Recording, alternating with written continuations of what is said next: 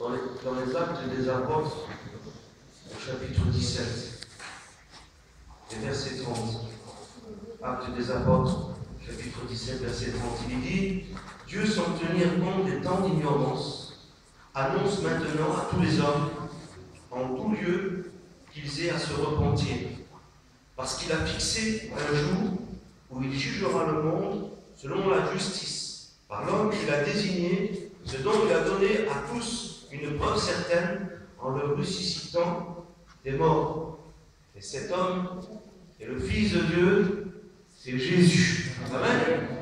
Alors, bien, la Bible dit que Dieu, sans tenir compte des temps d'ignorance, les temps d'ignorance, quels sont les temps d'ignorance? Qu'est-ce qu'on pourrait traduire? Qu'est-ce que la Bible elle traduit par les temps d'ignorance?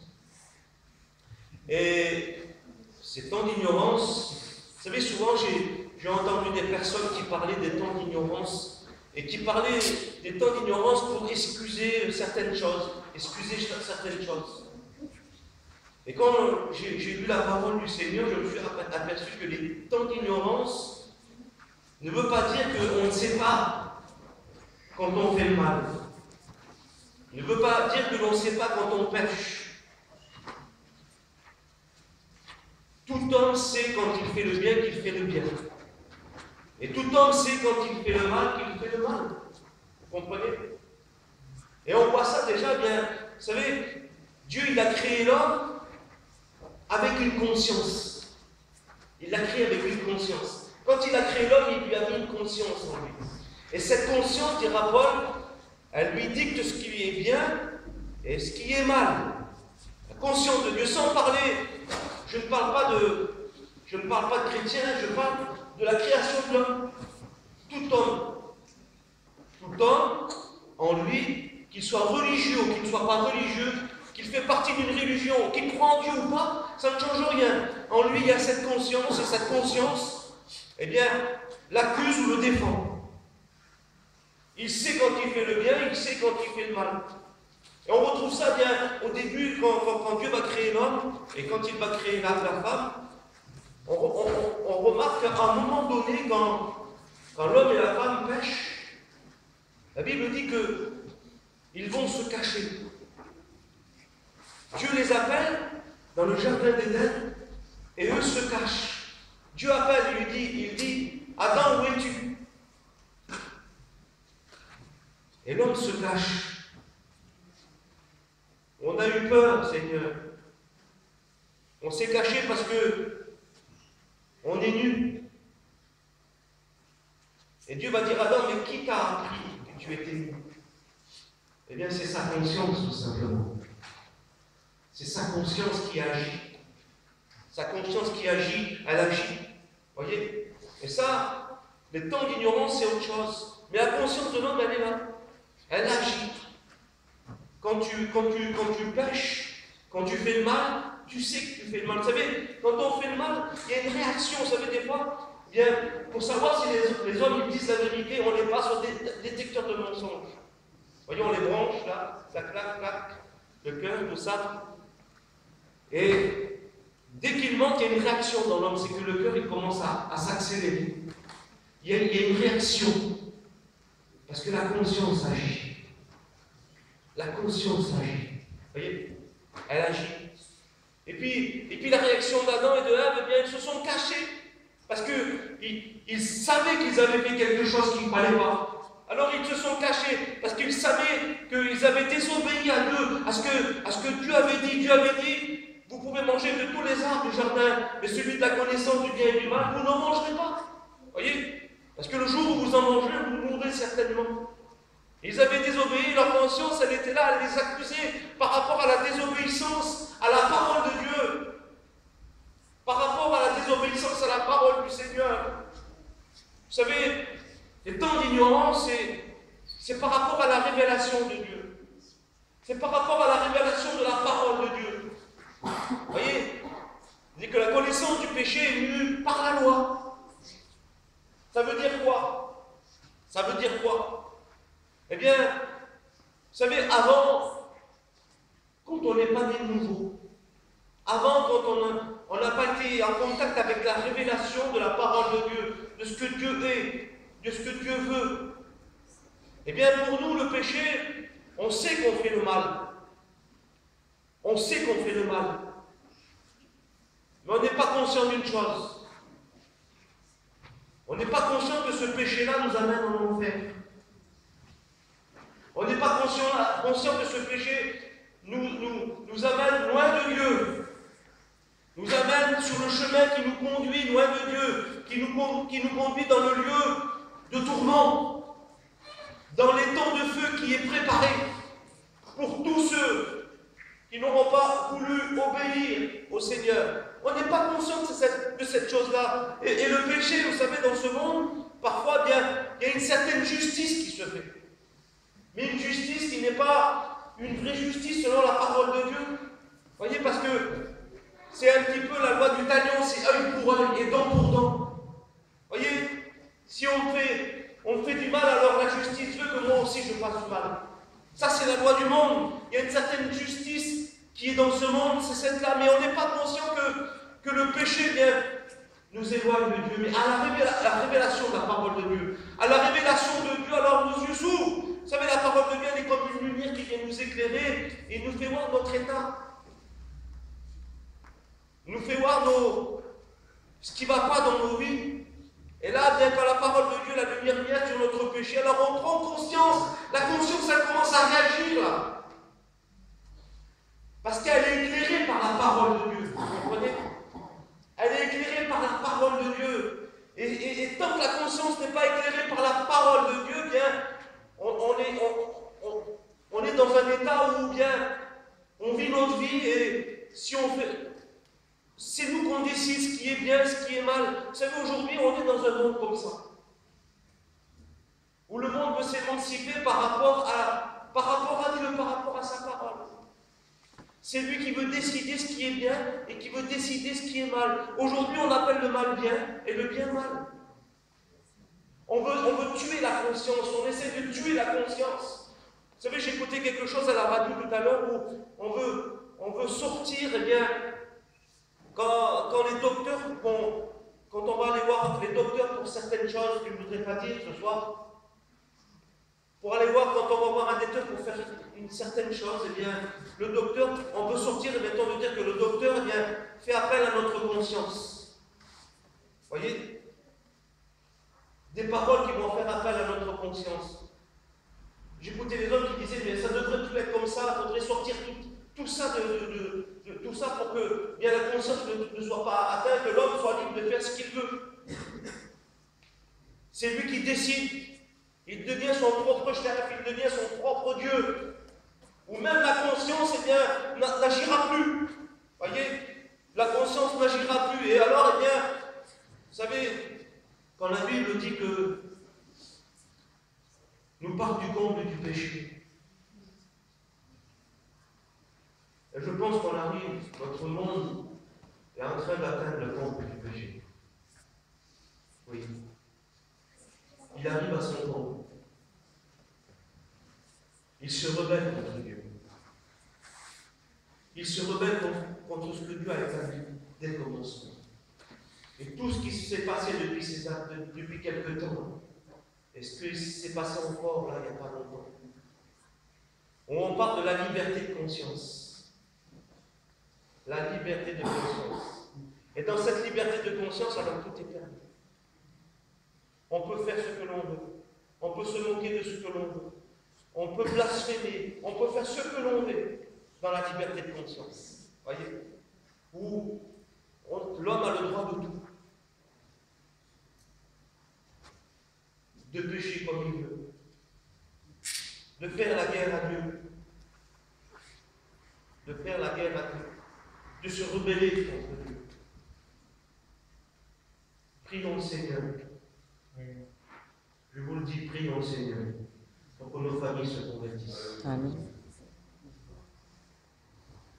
Prenons du temps. Prions le Seigneur pour nos enfants. Parce que le monde où on vit, si le Seigneur tarde à venir, et lui dit que Satan, il sait qu'il a peu de temps. Vous voyez? Regardez. Satan, lui, il sait qu'il a peu de temps. Il sait. Et nous,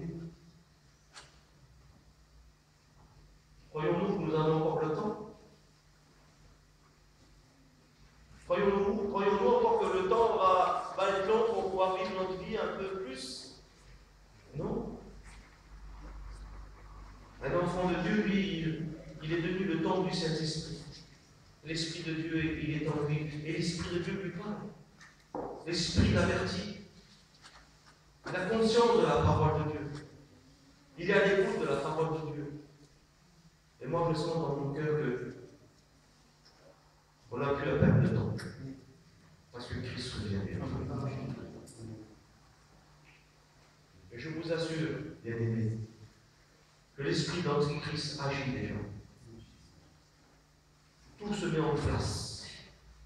L'esprit d'Antichrist, c'est la rébellion contre Dieu, contre le mariage, contre toutes ces choses-là.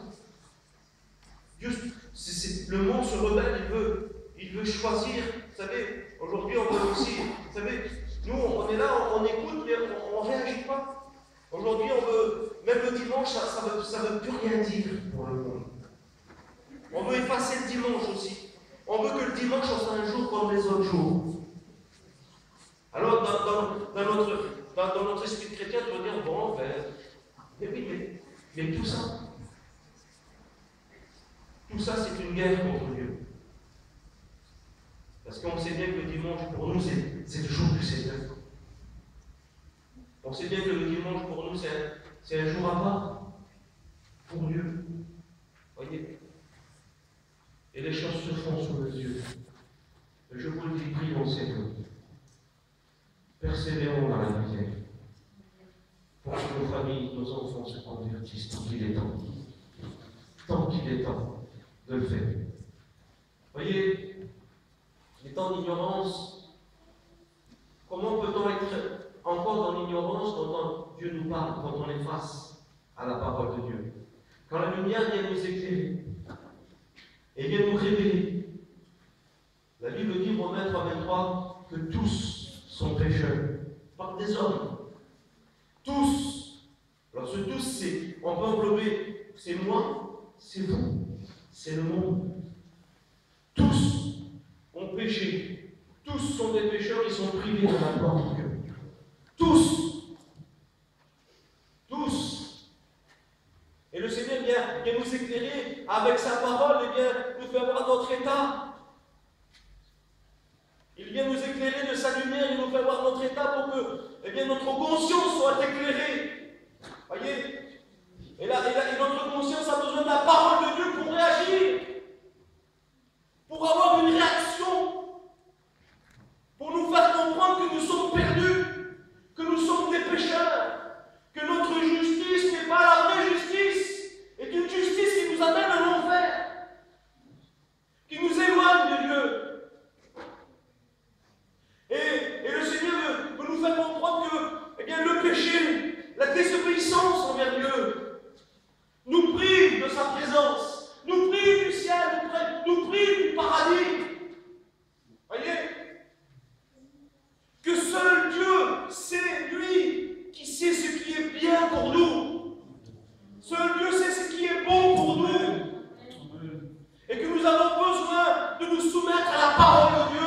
Si nous voulons être libérés de notre péché, nous soumettre à Dieu, à sa parole, pour que notre conscience soit, que notre esprit soit libéré des œuvres mortes, des œuvres des ténèbres, afin que l'on puisse servir Dieu avec un nouvel esprit, une conscience purifiée par la parole de Dieu, par l'Esprit de Dieu. Pourquoi Dieu dit qu'aujourd'hui, sans tenir compte des temps d'ignorance, mais aujourd'hui tu n'es plus ignorant. Tu sais ce que Dieu veut pour toi. Tu sais ce que Dieu a fait pour toi. Tu sais ce qu'il a donné pour toi. Tu sais que tu es un pécheur et que ton péché t'éloigne de Dieu, te sépare de Dieu. Ce que tu fais, ce que tu trafiques, ce que tu essayes de cacher aux tiens, de cacher à tes parents, de cacher à tes enfants, de cacher à ta femme, à ton mari, t'amène loin de Dieu, te prive de la présence de Dieu, te prive du royaume de Dieu. Et Dieu t'éclaire encore ce soir de sa lumière. Il t'éclaire de sa lumière parce que ta conscience a besoin d'être éclairée ce soir pour que tu puisses réagir.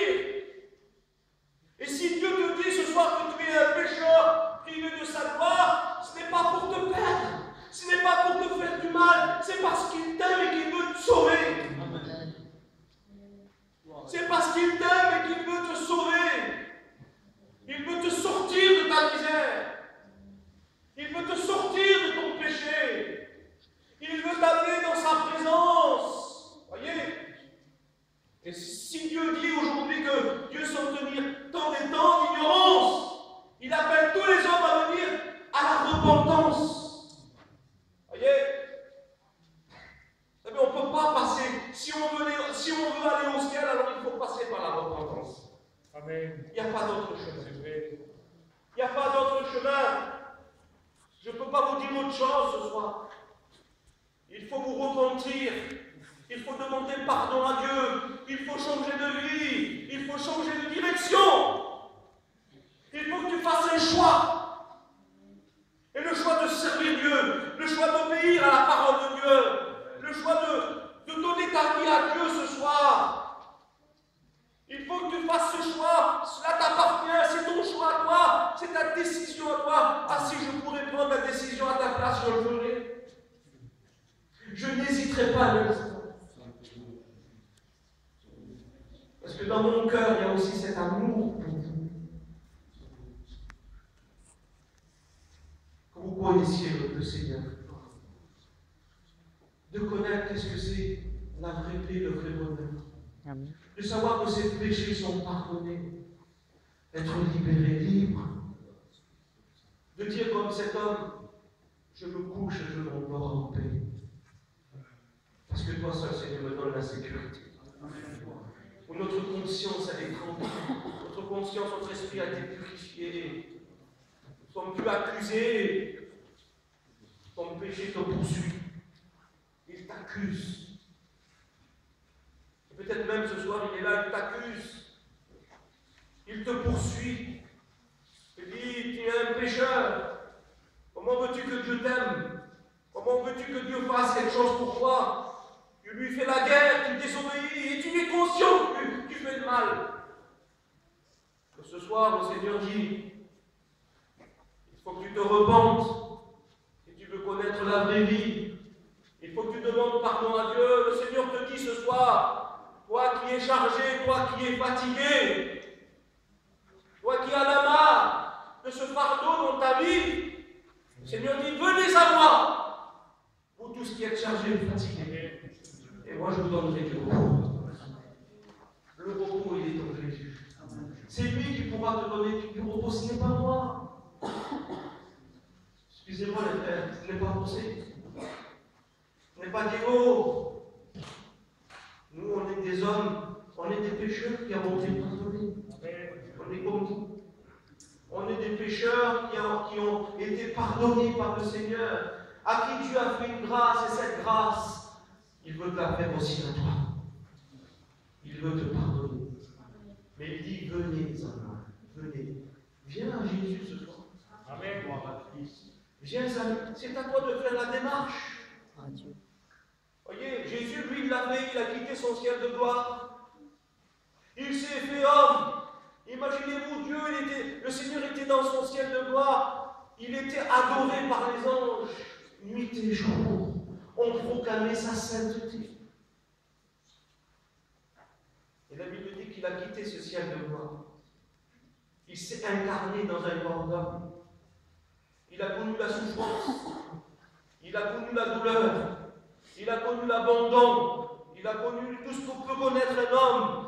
Il a même connu la mort pour toi. Il a été jusqu'à mourir pour toi. Oui, il s'est approché de toi. Lui, le premier, s'est approché de toi. Lui, le premier, a fait le premier pas. C'est lui le premier qui t'a aimé. Mais maintenant, il dit, toi, viens à moi maintenant. Moi, j'ai tout accompli, tout est fait. Mais toi, tu as ta part à faire. Venez à moi, pour tous qui êtes chargés et fatigués. Je vous donnerai du repos. Vous savez pourquoi Dieu appelle tous les hommes à la repentance? Parce qu'il a fixé un jour. Vous voyez le jour, Dieu a fixé un jour. Pourquoi? Dieu a fixé un jour où il jugera le monde selon la justice. Et je peux vous dire que ce ne sera pas la justice des hommes. Ce sera la justice de Dieu. Et je peux vous dire une autre chose, c'est que les hommes, il n'y aura pas d'avocat là. Vous savez, aujourd'hui, on peut se prendre un avocat. Un avocat qui va nous défendre. Même si on a fait le mal, même si on est coupable, l'avocat nous défend pour essayer de nous en sortir. Là, il n'y aura pas d'avocat. On n'en trouvera pas d'avocat. Où Jésus va juger le monde selon la justice. Et la Bible dit que chacun devra rendre compte devant Dieu pour tout ce qu'il aura fait. ici-bas. Et je peux vous dire une autre chose, c'est que personne n'y échappe. Que tu sois d'accord ou pas, pour moi, ça ne change rien. Ce n'est pas avec moi qu'il faudra ce n'est pas avec moi que tu... Avec un homme, on peut toujours s'arranger, vous comprenez? Mais quand on sera face au Seigneur, qui pourra ouvrir la bouche? Qui pourra dire quelque chose? Face au Dieu de l'univers, au Créateur de toutes choses. Qui pourra dire quelque chose? Qui pourra dire, Seigneur, je ne savais pas. Seigneur, je ne connaissais pas. Seigneur, on ne m'a jamais parlé de toi. On ne m'a jamais parlé du péché. Et le Seigneur dira, tu sais, on est quel jour aujourd'hui? On est le 18. Hein? On est le 18. Il dira, eh bien le 18 février 2015, à telle heure, tu étais à tel endroit et tu as entendu la parole de Dieu. Amen. Tu as entendu la parole de Dieu. Tu as entendu ce qu'il fallait faire. Je voudrais vous dire aussi une chose. C'est qu'aujourd'hui, le 18 février 2015, la porte de la grâce est ouverte. Amen. Elle n'est pas encore fermée. Tu as encore, Dieu te donne l'occasion, encore, d'être sauvé, d'être pardonné, d'être libéré de ton péché. Dieu te donne l'occasion de changer de vie. Dieu te donne l'occasion de connaître le bonheur. Voyez, Dieu te donne l'occasion, encore aujourd'hui. Voyez, Dieu a établi le jour où il va juger le monde. Et ce jour vient. Il vient. Je peux vous le dire, que tout ce qui est marqué dans la parole de Dieu, et c'est Jésus qui le dit. Vous voyez, si ça arrêtait un homme qui l'aurait dit, on aurait pu dire, bon, c'est qu'un homme. Mais Jésus a dit, tout passera. Et ma parole, elle ne passera pas. Ma parole, elle ne passera pas. Et ce qu'il a dit va s'accomplir. Mais aujourd'hui, pour toi, la parole peut s'accomplir. Où tu peux connaître une nouvelle vie. Où tu peux naître de nouveau. Où tu peux connaître le pardon de tes péchés. Mais c'est à toi de faire le choix. C'est à toi de te décider. Dieu appelle tous les autres à la. C'est à toi de te tourner vers Dieu. C'est à toi de demander pardon à Dieu. C'est à toi d'avouer tes fautes et tes transgressions. C'est à toi de reconnaître que tu es un pécheur. Alors c'est vrai qu'il n'est pas facile de reconnaître ses fautes. Est-ce que l'homme est un homme orgueilleux? C'est en lui ça. C'est dans son cœur. C'est dur de s'humilier. C'est dur de s'abaisser.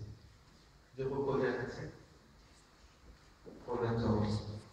De reconnaître que nous sommes des pécheurs. Mais c'est la seule victoire pour être libéré de son péché. Vous savez, s'humilier devant Dieu, ce n'est pas une défaite.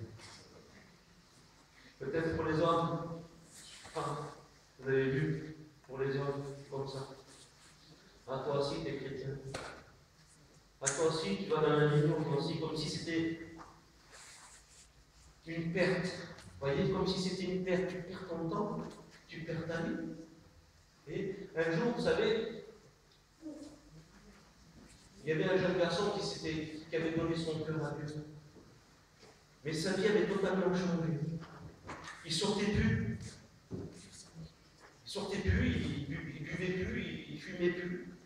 Il était vers lui, il disait la parole de Dieu, il priait. Il savait acheter une guitare pour essayer de jouer de la guitare pour chanter des cantiques.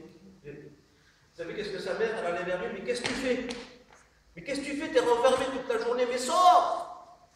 Sors un peu, va t'amuser un petit peu.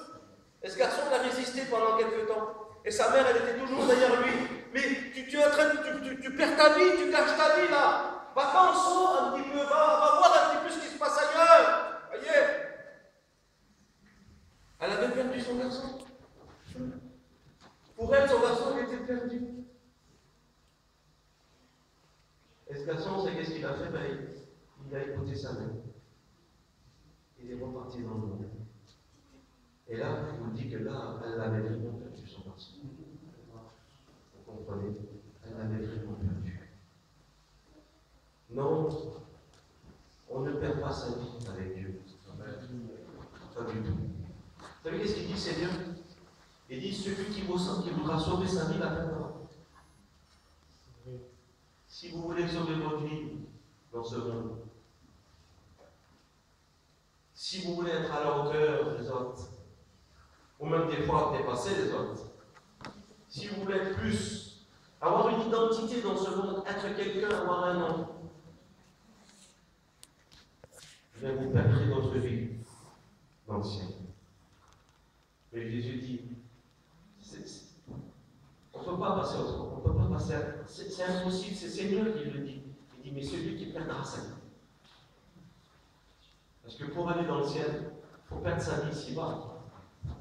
C'est vrai. Il faut perdre sa vie ici-bas. Et celui qui perdra sa vie ici-bas, à cause de moi et de la bonne parole de l'Évangile, il la retrouvera. Il la retrouvera. Gloire à Dieu. Alors si tu veux retrouver ta vie dans le ciel, il faut que tu la perdes ici-bas. Et je sais que ce n'est pas facile, c'est un renoncement. Il faut renoncer. Mais dans ton cœur, je sais que dans ton cœur, tu sais que c'est le seul chemin. Il n'y a pas d'autre chemin. Je le sais, je le sens dans ton cœur et tu luttes. Tu luttes avec Dieu, tu luttes avec la parole de Dieu. Je le sens ce soir. Tu luttes. Et pourtant, dans ton cœur, tu sais que c'est la vérité. Tu sais que c'est le seul chemin. Que pour toi, c'est le moyen de t'en sortir. Mais tu luttes parce que tu as tellement à faire. Mais est-ce que ça en vaut la peine? Par rapport à l'éternité? Ce que tu vas perdre ici-bas? Est-ce que ça vaut plus que l'éternité? Est-ce que ça vaut plus que l'éternité avec le Seigneur? Non. Ne te laisse pas tromper par le monde. Ne te laisse pas tromper. N'écoute pas. Mais écoute le Seigneur ce soir qui t'appelle à venir. On prie, Seigneur,